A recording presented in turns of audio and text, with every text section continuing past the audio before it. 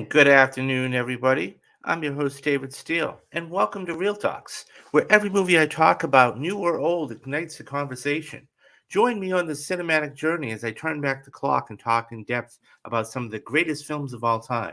I'd like to welcome everybody to the beginning of what's going to be known as Marvel March here on the channel, where I'm going to be going through some of the best Marvel movies to date.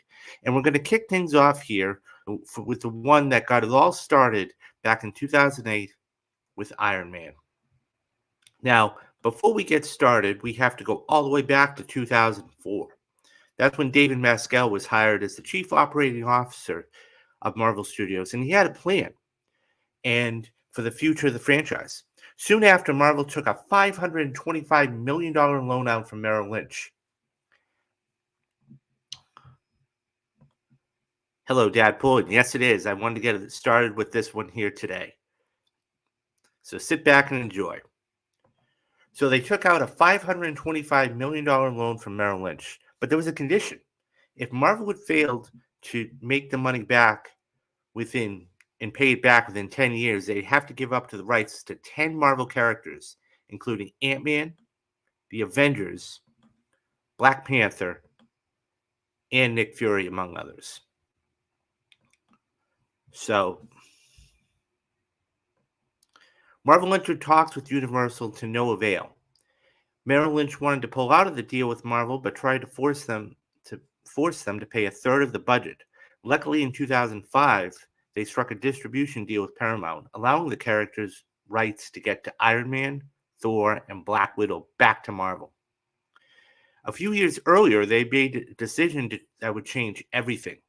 They promoted then junior executive, Kevin Feige to the president of Marvel Studios. That was a pivotal decision that paved the way for Marvel's success toward success, starting with the release of Iron Man in 2008. So now that were going to be doing this, and they were tasked with finding the perfect Tony Stark, who are they going to get? So there were a few options out there. Okay, we had a very young Leonardo DiCaprio. We had the actor from Justified. We had Nicolas Cage, which would have been interesting. Okay. We had, of course, the fantasy choice that everybody wanted to see, Tom Cruise. Hugh Jackman, and somebody that would go on later and star in the sequel to Iron Man, Sam Rockwell. Now, that all being said, they did settle on RDJ. And the big thing about Robert Downey Jr. was he was a well-known actor, but he was troubled. This role would not only clean him up, but propel him to new heights of superstardom.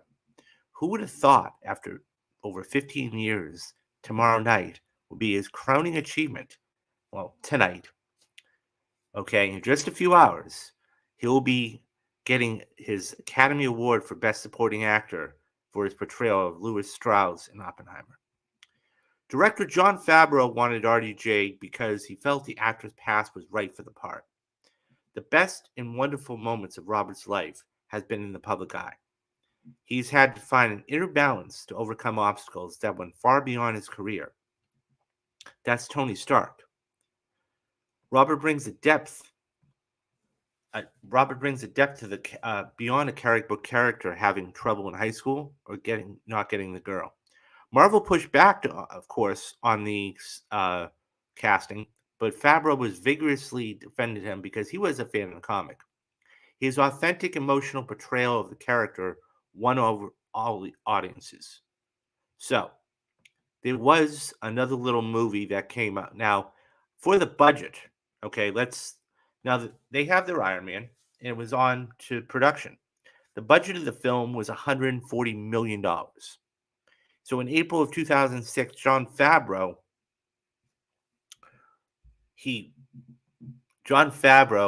was hired to direct it.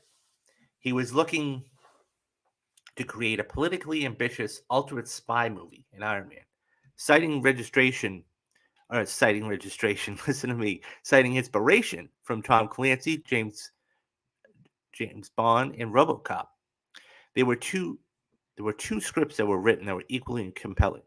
Okay, one was by Art Markham and Matt Holloway, and the other one was by Mark Fergus and Hawk Ostry.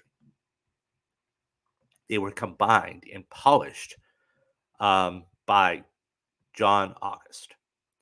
Now, filming began in the middle of March of 2007 and concluded at the end of June. The whole shoot lasted a little over 100 days for principal photography. Now, as you just saw there, now that the film was ready to go, there was still some questions that Marvel needed to be answered. Was this going to be a success? Was this going to be well received by the fans?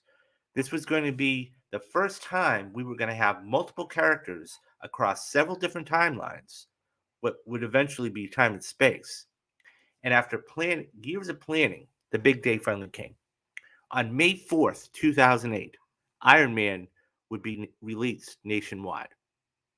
And there's a whole story behind why it was released in May, and I'll get to that in a minute. The fans wouldn't have to wait long because they came out in bunches. And opening weekend, it made $98.6 million opening weekend, eventually finishing with a little over $318 million, which is in the top 90 domestic all time. Think about that, all time. And it finished its run with just about $586 million internationally, which is in the top 200 movies of all time ever, guys, ever. So it currently sits at a rousing 94%. Critics across the board hailed it as a phenomenal film. So they showered it with praise. Roger Ebert of the Chicago Sun-Times gave the film 4 out of 4 stars, praising Downey Jr.'s performance and stating, "At the end of the day, it's Robert Downey Jr. who powers the liftoff, separating this from most other superheroes." Now, I want to go back to something I touched upon. Why is this important? Okay, the release in May. Because there is a little movie that was supposed to come out, okay, came out a couple of years earlier, okay, and that was Spider-Man. Spider-Man, okay, even though that was a Sony product, okay, well, what would end up happening is, because this was in 08, okay, 9/11 happened, of course, in 01. So what ended up happening was they delayed that for a full year. And that was going to come out in June of 2000. Okay. And then what ended up happening was they pushed it to May. And there was a route. It was huge, huge. So our blockbuster season used to be from June, July, and August. And then it got pushed back to May. So now it's May, June, July. August is still a month. That's a quote blockbuster month. But all of the films, the lesser films, really go there. So that's why. So, getting back to that, Gareth Franklin of Dark Horizons commended the impressive sets and mechanics that combined smoothly with relatively seamless CG, and said that Robert Downey Jr., along with director Jon Favreau, helped make this formula great. The result is something that hardly is original or groundbreaking, but nevertheless is refreshing in its earnestness, avoiding dramatic, dark overtones and styling, in favor for an easygoing, crowd-pleasing action film with a sprinkle of anti-war and redemption themes. And that's part of this too, guys. We see this go on, and I'll talk about that in a couple of minutes. So you guys just saw another little slide, okay? And that was this, The Dark Knight. There was another little film that came out, I'm sure you remember, okay? And it was called The Dark Knight. Now, this is one of the greatest films ever for a number of different reasons, okay? You've got the crime element, okay, between the Batman and Joker. You have, Heath Ledger is just a legend in himself. Then you have the love triangle between Harvey Dent, Rachel, and Bruce, okay? And the pacing was immaculate, never bogging the viewer down. It went on to be the winner of the year, Okay, grossing 100. So Iron Man actually finished second. Okay, it finished second opening weekend and everything else. So it actually opened to $158 million and finished with $533 million domestically, and it broke $1 billion. Now, we always put $1 billion up there as a lofty goal, and it is. I mean, Oppenheimer did it, Barbie did it this year, Super Mario last year. Um, so if you can do that, you've made a lot of money, um, not only here in the States, but internationally. But there was another reason why, okay? And it was because that a lot of people, a lot of pundits, a lot of pundits believed that that film was now up until that point, there only had been 5 Best Picture nominees. A lot of pundits believed that that remarkable piece of filmmaking should have been nominated for Best Picture, and it wasn't. It got shut out. And so the next year, the American Pictures of Motion Sciences said that there would be up to 10 films that could be nominated for Best Picture. And we have a sliding scale since. Now, up until that point, many believed that The Dark Knight was Christopher Nolan's crowning achievement. That was until Oppenheimer. So, one of the many things that was a stepping off point for this was the title character of Tony Stark and others. Okay. I mean, all you got to do is take a look at this shot, and you'll see why a lot of people thought the cinematography was amazing. Okay, so um, one of the things that made this a great stepping off point was the title character of Tony Stark and others. Now, as a genius, billionaire, playboy, philanthropist, he had it all. So once he got captured and learned how to survive, and he got back to the States. He was a completely different person with a much different personality and perspective. When he learned that his weapons could harm others, he went from being a provider to a protector. And this film would set the stage for them for years to come. As we see in future films, the bond between Tony and Rhodes, okay? Now, this obviously, Rhodes has been a central character in all of the MCU films, okay?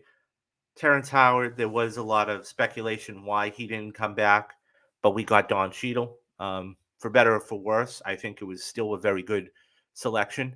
But you'll see that the bond between Tony and Rhodey strengthens, and they'll each have their own arc.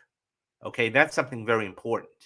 Okay, um, I'm just writing the script for Infinity War right now, and one of the things I talk about in that, in this especially, is the character development. I mean, we're just starting out here, but if you go fast forward to 10 years, you really understand all of the things that Rhodey and Tony have gone through together. The other character that will play a central and intricate role in not only this film but in films to come is Pepper. And Pepper is going to be somebody that, Gwyneth Paltrow is somebody that was, she was with Tony from the very beginning. Now, as you just saw, just like any other hero, you need a formidable villain. Now, Obadiah was perfect. Jeff Bridges absolutely crushed this. Okay. In my opinion, Jeff Bridges did an incredible job of playing the evil genius very well. Okay. But it wasn't always that way. You wouldn't know it. Okay. But he was frustrated. So just a few years ago, he said in an interview, and these are his words now: "Wow, Jon Favreau, man, what a director. What a great filmmaker. It was Marvel's first adventure into making movies. It was so lucky to have both John and Downey both there, because both of them are so terrific and they're improvising. We spent a couple of years working on the script. We spent a couple of weeks working on the script and rehearsing together because we didn't like the original script and we thought, oh yeah, we'll fix this and fix that. And then came the first day of shooting, and Marvel kind of threw out our script. So we had been working on. And he said, no, that's no good. It's got to be this and that. So there was a lot of confusion about what our script was going to be. and we were saying, what are we going to do? So we spent hours in one of our trailers going over lines and saying, "Oh, you'll play this part, or I'll play that part," explaining how we were going to do it. John would say, "Oh, I know a writer. Let me see if he has any ideas." Meanwhile, the crew is standing on the sound stage, tapping their feet and saying, "When are we going to get this done?" Now, I wouldn't mind that. I'm getting paid, so. And then it drove me absolutely crazy until I made a slight adjustment in my brain, and that was, Jeff, just relax. You're making a $200 million student film. Just relax and have fun. And that kind of did the trick, because here I am getting to play with these two incredible artists and just jam. And that's what we ended up doing. And for my money, that's the best Marvel film. I know I'm biased, but man, I thought it was a wonderful experience. So, among all of the other things I've listed, okay, another element that makes this movie really work is the action set pieces. The pacing was so good, and it didn't go from 0 to 60 all at once. There are still the one iconic scene, and we look at it and say yes. And I think the one that everybody remembers. So there's another picture of Jeff Bridges with Stan Lee at one of the premieres. But it's this shot here. This is the shot that when you talk to anybody who's seen Iron Man, this is what it is, right? This is what they remember. The shot where he's holding out his arms. This is the one shot, and it's the iconic shot where he shoots the missile and then just walks away, and you see, the score was amazing too, and it just explodes. And I think also, because of the villain was so good, the final fight with Obadiah was awesome, and I think that really held a lot of gravitas too. So the last thing that Marvel has to be credited with is really the introduction of the post-credit scene and mid-credit scene to their film. Okay, it was a genius way to keep the fans around till the very final frame, really. Okay, and of course they started it out in style, introducing the one and only Nick Fury to talk to Tony Stark.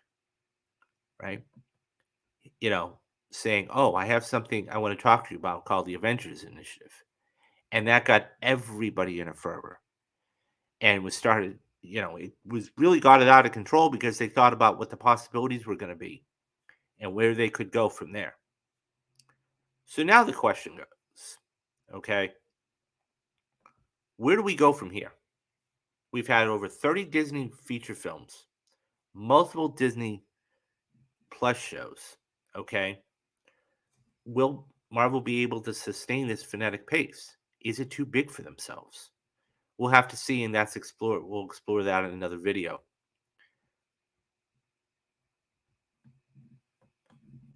Did I ever see the alternate? No, I never did. I'll have to look into that. I didn't even know there was an alternate ending. That's fascinating. I'll definitely have to look into that. But that being said, we'll definitely. So that's something to be explored for another video. Is Marvel too big for themselves? Will they be able to sustain this frenetic pace? We'll have to see, and that we'll explore that sometime in another video. Basically, and this one was, I am trying, and so truth be told, I had a script. I kind of, was jumping around. I thought a PowerPoint would actually work. This one's kind of a test run, so I probably won't do this for Infinity War. So, but that being said, I wanted to thank everybody for joining me today. So the next one, as I said, I'm going to do is Infinity War. So here's the thing, okay? Let me get this off the screen, because this is only about. I'm not going to keep this on too long, but it is amazing to see that we're 15 years removed from this, okay? And the fact that, we've had over 30 feature films. I was doing the research last night. It's about $8 billion they made from the time they did Iron Man to Infinity War. And I think once after Endgame, okay, everything changed. Everything changed because we were starting all over again, right? Um, Thank you. I'm going to. I hope you. So come back here after the Oscars, and Matthew Anderson and I are going to be doing a wrap up show about that, about the Oscars. So I definitely will, and I hope you do as well. Um, but that all being said, it's going to be interesting to see because they're definitely not in trouble. Okay, Marvel is definitely not in trouble, and there's something to be said there. I mean, they have so much. So they have 3 films coming out next year. Okay, they have Fantastic Four. They've got Captain America: Brave New World, and they have um, what we hope is Blade. Okay. That being said, I think it's going to be fantastic. So Marvel's not in trouble, and Bob Iger's even said this that they need to lessen their workload, and they're going to start dumping some of these sequels as they should. Um, but I think, without going on too much of a tangent, I think the one thing that they need to do is get back making feature films that don't connect to the Disney Plus shows. That's it. And they need to lessen their workload. If they do those 2 things and they just focus on feature films, and yes, put out a couple of Disney, I would like to see 5 projects per year. 2 to 3 feature films and 2 to 3 Disney Plus shows. That's it. If you do that, you'll keep people around. Okay? So, um, but Marvel Studios is and was revolutionary because they are really the ones that started the whole timeline multiverse universe, right? Up until that point, you had never had a studio. You had had superhero films. You had had sequels to superhero films, but you had never had one continuous elongated, okay, elongated universe where you're mixing in the Guardians of the Galaxy and Thor and Iron Man and all of these different characters to fight a big bad, right? So I think that whatever they have planned, it's really going to work. So all of that being said, though, um, so a couple of things. As I said, number one, Infinity War. I'm finishing up the script for that. I probably won't even do the script. I'll just do the slides because, as you could see, this was kind of a jumbled mess.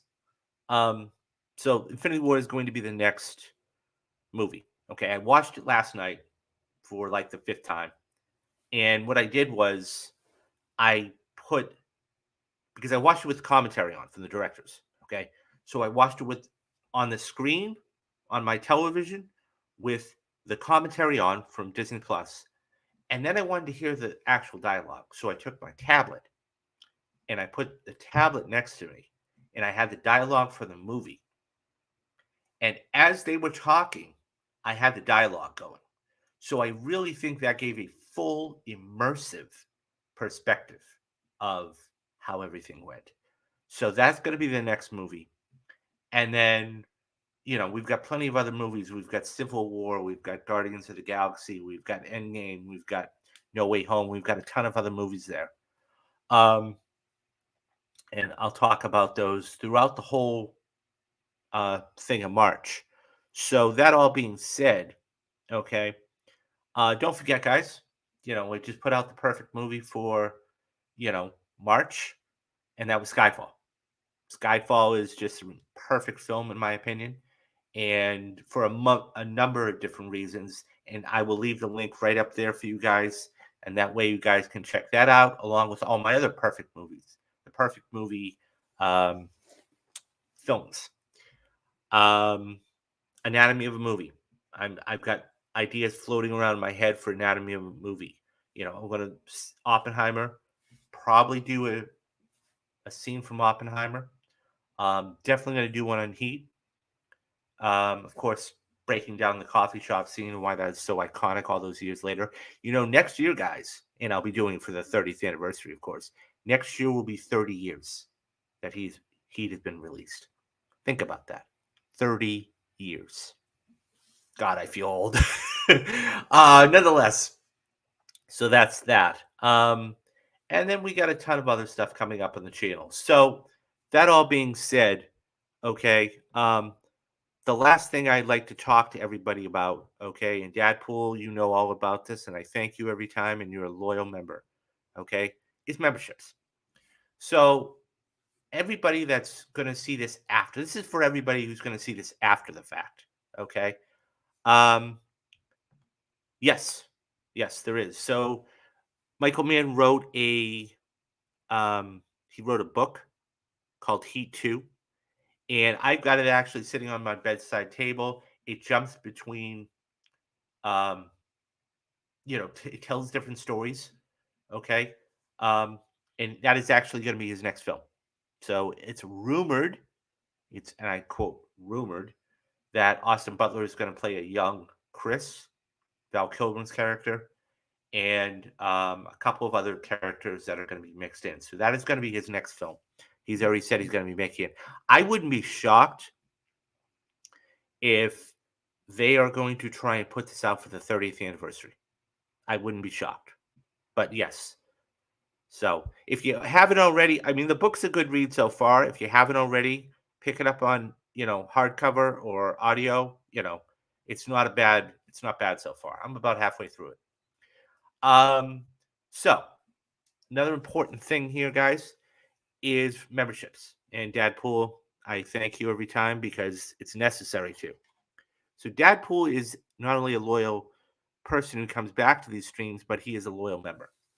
And here's the thing, guys. I made this super, super, super cheap for you guys. The first month is completely free.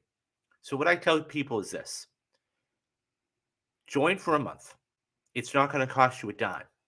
Okay? It's not going to cost you a penny. Okay? If you feel like you're not getting as much entertainment and as much good quality material as you like, cancel. I'm not going to feel bad at all. But if you feel like you're getting some satisfaction out of this, you like the videos, you like the anatomy of a movie, you like the Perfect Movie series, you like Marvel March, you like these other things I'm doing here, sign up. Okay? The minimum is $3 a month. That's a cup of coffee at Starbucks. Okay? It's $6 a month for the producer, which is the middle, and then it's $10 a month. Now, here's what I say. Netflix just raised the prices. Again. Okay? HBO Max is $9.99 right now with ads. Okay? Netflix is raising their prices. Entertainment is becoming more and more expensive. Okay? I have not put one of these videos, in all of the videos I've ever done, I have not put one of them behind a paywall. That means every single video you're getting is free. Okay? If you do sign up to become a member, it tells me a couple of things. Number one, you like the content. Number two, you believe in me. And number three, you want to see this channel grow. Okay?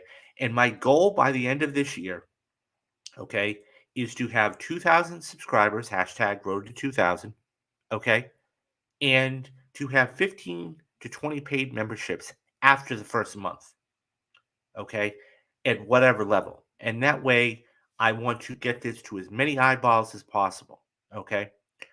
I'm probably more than likely going to be doing a Spaces tonight on Twitter, or on X, as it's called. That is my handle down there. If you guys want to go watch that or listen, join in the conversation in real time, guys, as the Oscars are going on. Come join me, right? Come join me, and we can talk about the Oscars together. Follow me on Twitter regardless. Okay, I'm always posting about movies, or always post in Spaces about movies or everything else. That all being said, I would love for you guys to give me your support. And, if you have any suggestions for videos, let me know. Okay, this is all about retrospectives too. So I'm going back and talking about films that, let's face it, are probably lost and forgotten, like in Indiana Jones and Temple of Doom, which turned 40 this year. Okay, I did Street Fighter. I've done a number of different films. You can go find those on the channel, guys. Okay, so that's my goal, and I want this to go out to as many people as possible. Tonight is the biggest night of the year for any movie fan. Okay, and as a matter of fact, it starts in a few hours. Okay, so it will be very interesting to see. Come back here, okay, after the Oscars are done.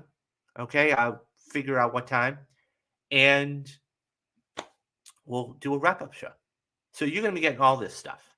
So yeah, that's what I would say. And this is definitely a shorter video today, just because of the Oscars, and I'm trying to do some other things. So number one, I'm going to tell you to do 4 things today, not 3, but 4. Number one, enjoy the Oscars, as I'm going to. Number 2, be safe. Number 3, be careful.